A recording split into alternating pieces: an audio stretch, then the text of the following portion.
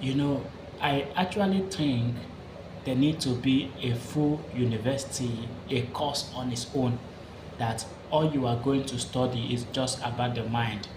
Because everything in creation, both the good bad, came from the mind.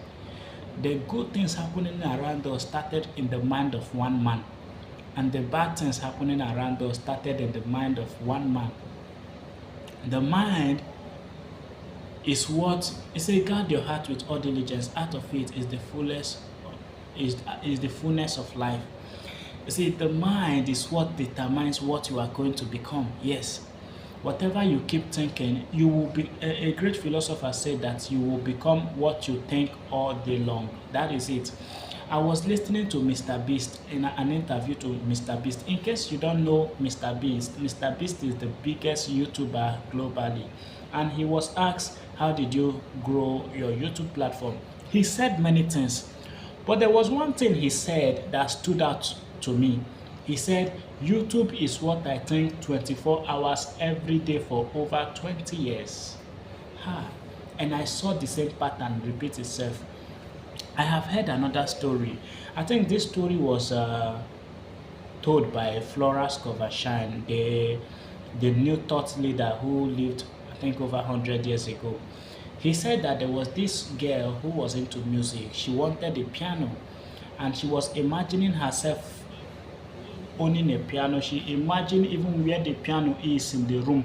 Every day, she imagined where the piano is in the room.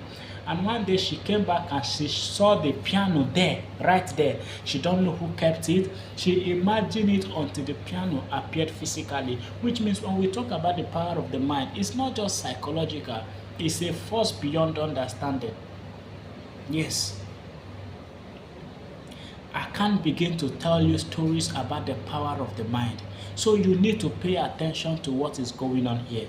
Sometimes take all those, there are things you imagine while you are walking, and these things are drawing negative things into your life. There are fears you have in your mind.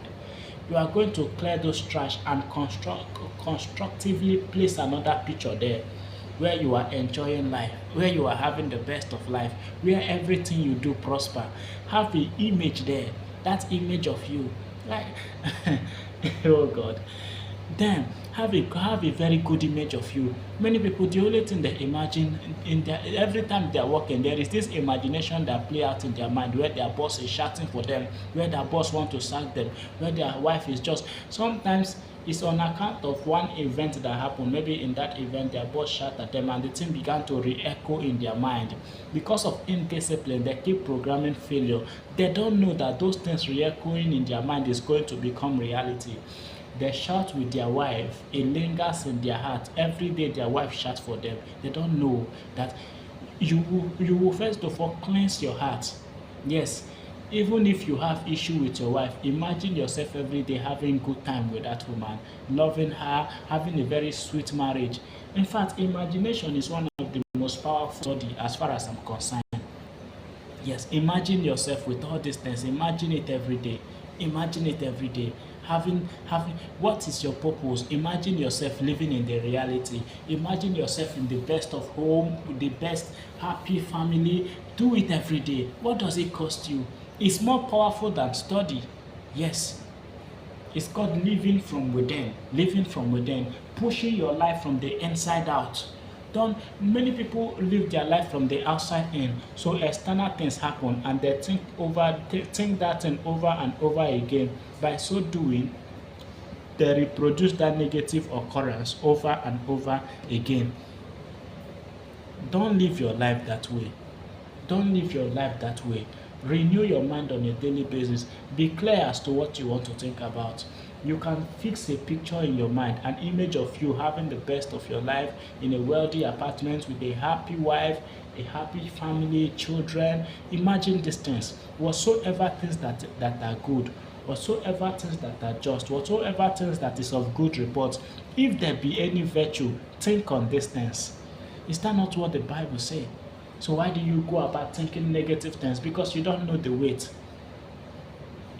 What you call prayer is simply your thought and your words. I'm telling you, this is what many people don't know. So when they go down on their knees, they speak words and they call it prayer. When they go to the marketplace, they speak words and they call it talking. What is the difference between the words you spoke when you were in the market and the words you spoke when you were praying? If you understand this, you will be very careful what you say. So when you go down on your knees in your room and you speak words, you call that one prayer. When you go to the market while you are speaking words, you call that one talking. What is the difference? You were talking, all of them. The only difference is the consciousness.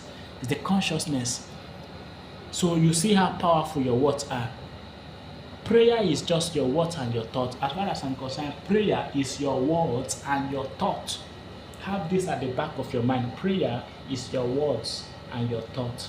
Prayer is your words and your thoughts.